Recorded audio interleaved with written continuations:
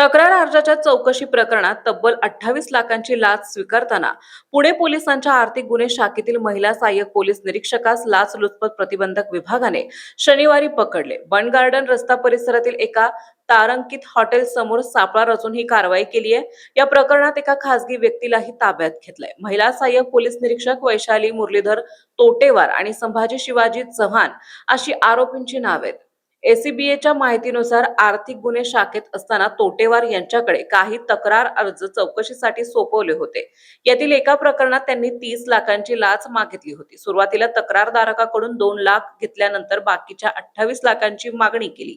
यानंतर तक्रारदाराने एसीबीकडे तक्रार केली. याची पडताळणी केल्यानंतर एसीबीने सापळा रचला. लाच स्वीकारण्यासाठी तोटेवार यांनी खासगी व्यक्ती संभाजी चव्हाणला पाठवले होते.